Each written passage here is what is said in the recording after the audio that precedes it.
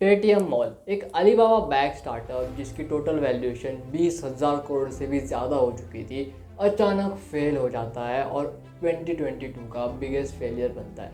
क्यों? क्योंकि इसकी 20,000 करोड़ की वैल्यूएशन सीधा नीचे गिर के 100 करोड़ के ऊपर आई है। ऐसा क्यों हुआ? पेटीएम मॉल जो है ना, वो एक ई कॉमर्स कंपनी है और इंडिया के ई कॉमर्स मार्केट के अंदर बहुत ज़्यादा कंपटीशन है। इसी कंपटीशन के प्रेशर की वजह से पेटीएम मॉल ने बहुत ज़्यादा कस्टमर एक्विजिशन के ऊपर पैसा खर्च किया। इतना खर्च किया कि 1400 करोड़ रुपए तो इन्होंने कैशबैक और डिस्काउंट्स के ऊपर ही दिया। तब जाके कंपनी ने 50% का मार्केट शेयर एक तरीके से अचीव तो कर लिया, लेकिन अल्टीमेटली कुछ गलतियों की वजह से ये 50% मार्केट शेयर डायरेक्ट 3% के ऊपर आ गया। वो क्या रीजंस थे जिसके वजह से अलीबाबा ने अपने 9,000 करोड़ के वर्थ के शेयर मात्र 45 करोड़ के अंदर बेच दिए। 7 रीजंस है पेटीएम के फेलियर के पीछे, जो हम एक एक करके जानेंगे। मेरा नाम है ऋषिकेश टोमरे, आप देख रहे हैं मास्टर अंतिम।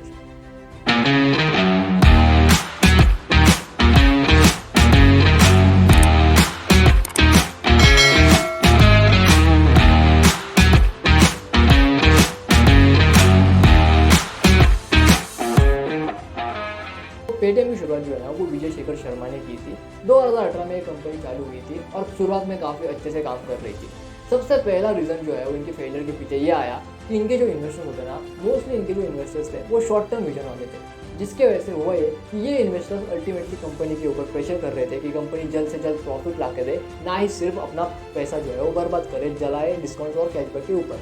बट कंपनी को प्रॉफिटेबिलिटी में आने के लिए कंपनी को अल्टीमेटली मोर कस्टमर एक्विजिशन करनी थी, जिसके लिए अगेन ज़्यादा पैसा खर्च करना पड़ रहा था। सेकंड रीज़न आया वो ये कि कंपनी जो है वो लैक ऑफ क्लैरिटी थी। कंपनी ने प्रॉफिटेबिलिटी के चक्कर में अपने बिजनेस मॉडल को कम्प्लीटली शिफ्ट कर दिया।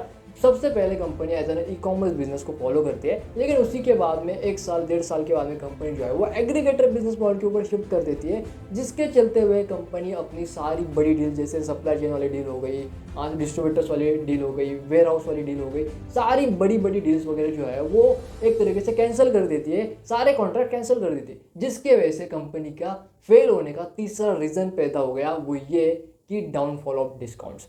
कंपनी के डिस्काउंट्स और ऑफर जो है वो 80% से नीचे आ गए। ई कॉमर्स के बिजनेस के अंदर आपकी ऑफर ही सबसे ज़्यादा मेन रोल प्ले करती है, क्योंकि कोई भी कस्टमर ऑनलाइन किसी चीज़ को खरीदने आता है तो वो यही नोटिस करता है, तो वो यही चाहता है कि उसे उसके प्रोडक्ट के लिए अच्छी ऑफर मिले और उसको जो है वो अच्छा खासा फ़ायदा मिले, अच्छी कस्टमर सर्विस मिले और पैसे भी उसके बचे। और उस पूरे सेक्टर के अंदर आप 80% ऑफर्स घटा देते हो और ये एक्सपेक्ट करते हो कि आप प्रॉफिटेबल बन जाओगे। नहीं, आप प्रॉफिटेबल नहीं बन जाओगे।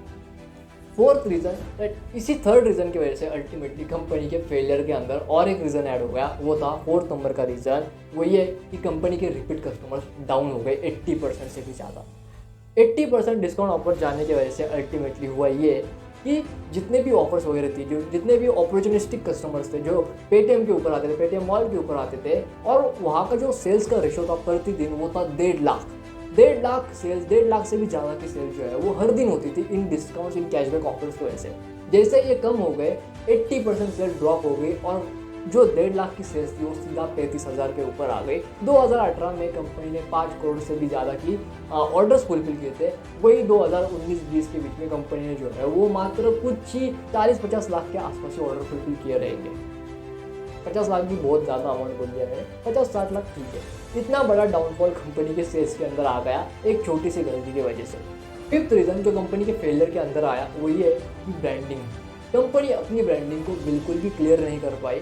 यहाँ पे आप देखिए, इंडिया एक ऐसा मार्केट है जहाँ पे फ्लिपकार्ट जैसी कंपनी ई कॉमर्स के बिजनेस के अंदर 2007 से लगी हुई है और मार्केट को पेनिट्रेट करती ये कंपनी बहुत बड़ी हुई। इसी वजह से फ्लिपकार्ट का नाम सुनते हमें डायरेक्ट ई कॉमर्स सामने आ जाता है, ई कॉमर्स के बारे में हम सोचने लगते हैं। और इवन किसी भी स्टार्टअप के पीछे अगर आप कार्ड भी लगा देते हो ना, सिर्फ कार्ड, तो वो स्टार्टअप अपने आप ई कॉमर्स से जोड़ देती है पब्लिक, जैसे लेंस कार्ड, इंस्टा कार्ड, ई कार्ड, बहुत सारी कंपनियां हमें कार्ट वाले सेक्शन के अंदर देखने को मिलती है जो डायरेक्ट ई कॉमर्स से जुड़ी होती है। हम उसे डायरेक्ट समझ लेते हैं कि भाई ये ई कॉमर्स से रिलेटेड ही कंपनी है।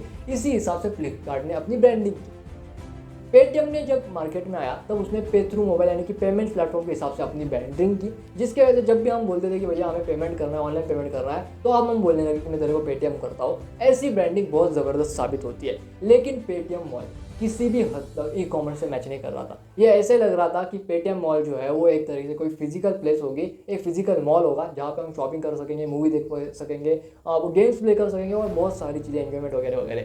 ये ऐसा ही होता है। अगर पेटीएम ने सच में इसी बिजनेस के अंदर अपना हाथ जमाया होता या फिर वो मॉल के ही बिजनेस में अगर वो गए रहते हैं तो उनको इतना लॉस नहीं झेलना पड़ता और वो अच्छे खासे पैसे भी यहाँ से बना लग सकते थे, क्योंकि उनका ट्रस्ट है, उनका ब्रांड का अच्छा नेम है। पेटीएम मॉल ई कॉमर्स से बिल्कुल भी मिलता जुलता नहीं था। अभी आप बोलोगे कि भैया अमेजोन का भी कहाँ पे मिलता जुलता है, अमेजोन तो नदी का नाम है, लेकिन इंडिया के बाहर अमेजोन ही ई कॉमर्स की नई पहचान है। ई कॉमर्स बोले तो अमेजोन ऐसा ही है जैसे इंडिया में फ्लिपकार्ट बोले तो ई कॉमर्स, ऑनलाइन पेमेंट्स बोले तो पेटीएम, सर्च करना बोले इंटरनेट के ऊपर तो गूगल, राइट। उसी हिसाब से पूरी दुनिया में इंडिया के बाहर अमेजोन की जो भी एक पोजीशन है वो as an e commerce plate के जरिए ई कॉमर्स ब्रांड की जैसे ही है और जैसे क्या वो यही है, उन्होंने इस हिसाब से अपना पोजीशन किया है और बहुत मार्केट पेनिट्रेट किया हुआ है। पेटीएम मॉल ये चीज़ नहीं कर पाया, ये one of the failure reason में से एक है ब्रांडिंग। 6 रीजन, कंपनी के पास कोई भी डिफरेंशिएटिंग फैक्टर नहीं था। कंपनी अपने लिए कोई डिफरेंशिएटिंग फैक्टर क्रिएट ही नहीं कर पाई। जब फ्लिपकार्ट आया मार्केट के अंदर तब फ्लिपकार्ट ने cash on delivery 30 days guaranteed return की वजह से अल्टीमेटली अपने आप को पूरे मार्केट में अलग किया। सिमिलरली अमेजोन ने अपने आप को एक्सचेंज ऑफर के जरिए, पुराना तो नया लो के जरिए अपने आप को डिफरेंशिएट किया और मार्केट में अपनी पकड़ बनाई, ज़्यादा से ज़्यादा पैसा फूक के।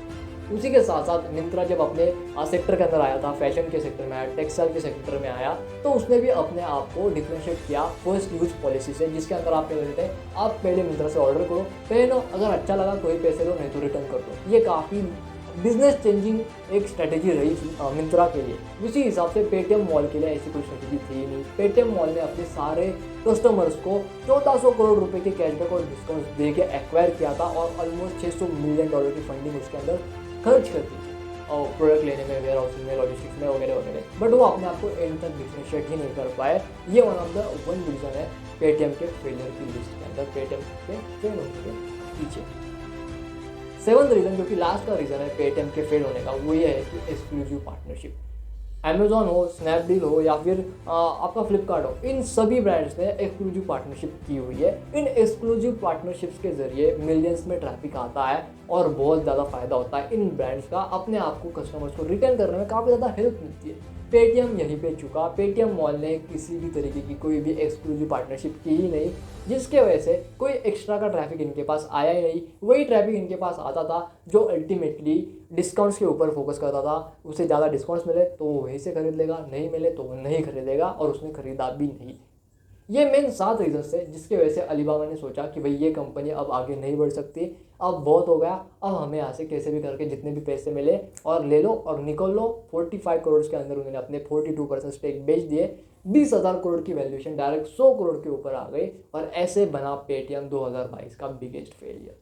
अगर आपको ये वीडियो पसंद आई तो इसे जरूर लाइक कीजिए, अपने दोस्तों के साथ शेयर कीजिए, चैनल को सब्सक्राइब कीजिए, इस वीडियो को लाइक कीजिए, नोटिफिकेशन को भी जो है वो बेल आइकन ऑन कर दीजिए। मैं मिलता हूँ आपसे नेक्स्ट वीडियो में, तब तक के लिए जय हिंद, वंदे मातरम।